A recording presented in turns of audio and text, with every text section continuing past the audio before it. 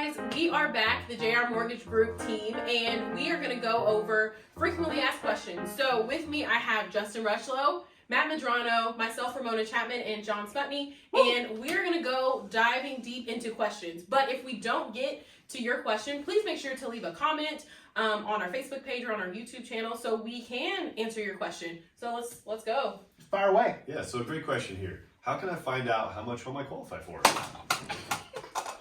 How to know if you qualify and what you qualify for. So the first step is going to be contacting your local mortgage brokerage, your loan officer, and applying with them. They're going to get your initial application, they're going to pull your credit, run your numbers, and then they're going to call you back, or you can meet whatever's your preference, and they're going to discuss with you how high you can go, what programs you qualify. They're also going to tell you what programs you don't qualify for and why.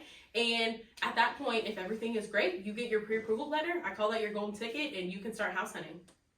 Fantastic, yeah. So is there anything I shouldn't do before I get? Qualified?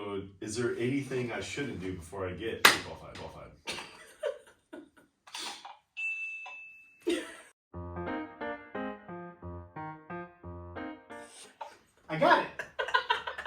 I'll answer this one. What should you not do?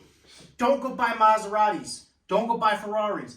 Don't go spend $50,000 on Legos, right? Don't get hard credit increase. Don't get a new credit card. Don't go to Gander Mountain and buy $50,000 worth of stuff, right? Okay, even little things. Don't get 15% off at Kohl's by running your credit. Just don't do it because we're monitoring. We know what you're doing.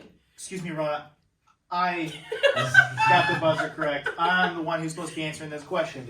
She does make some good points. Don't get your store credit cards. Try not to get your credit pulled, right? Protect your credit. Be conservative with your credit. And don't make large purchases if you know you're going to be spending money on a home purchase in the near future. Have a conversation with your loan officer and say, hey, what are the things I need to not be doing prior to this home purchase to protect my pre-qualification? What about name changes? What about job changes? Should they do those? Situations are situational. Consult your loan officer. Great. Next one here. What are income and debt ratios?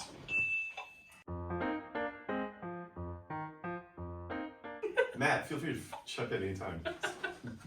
Oh, So- Ramona got it. I'll respect the buzzer.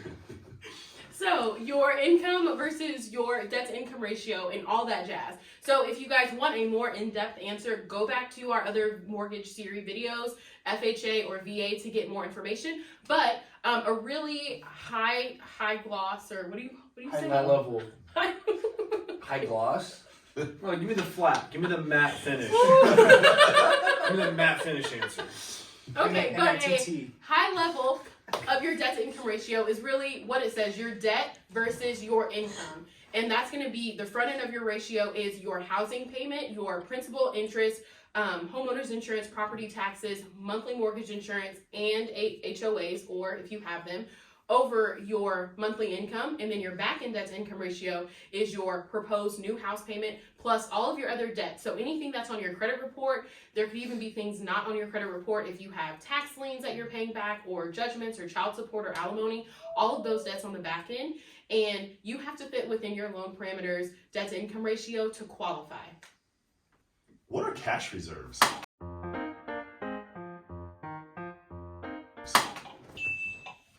Boom! I love this one. Cash reserves. Cash reserves are funds in excess of what you need for closing in your checking, savings, liquid fund accounts in some way, shape, or form. So if you need $10,000 for closing, but you got $15,000 total, you've got $5,000 in reserves. What is mortgage insurance? Bang! Mortgage insurance. Mortgage insurance is something that protects the lender. It does not protect you as the client. In most scenarios of some loan programs, that is the case.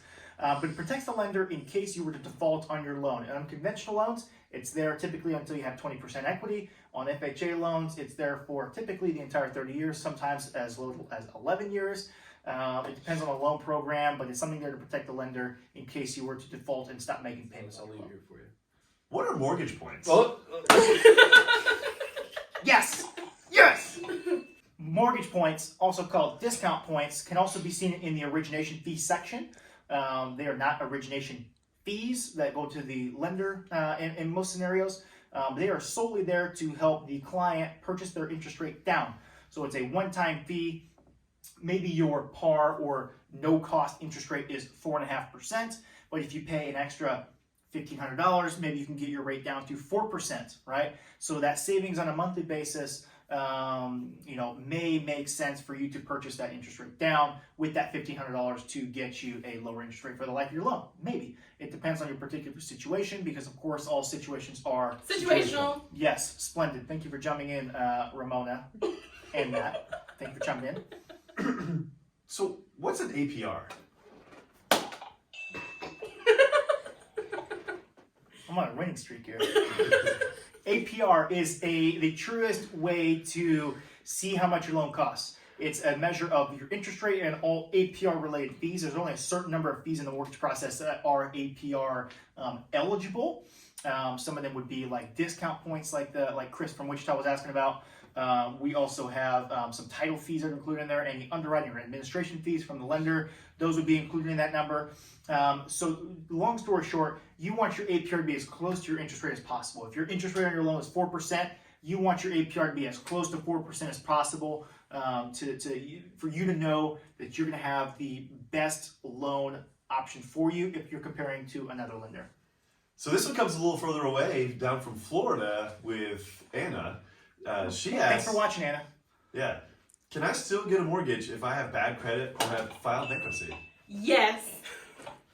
The answer is yes, you can still buy a mortgage. Now, there might be some other parameters or qualifications that you have to meet depending upon how recent that bankruptcy is, depending upon what's on your credit. But yes, if you want to refer back to some of our other videos, there are a lot of loan programs available for you. And really what you have to do is you have to start by contacting your local loan officer, getting in that application and seeing what your steps are and what specific situation you have and what you need to do. So another local question here from Bob in Wichita. I just got a new job. How does this impact getting a mortgage? Yes. Gosh, he's too slow. Woo!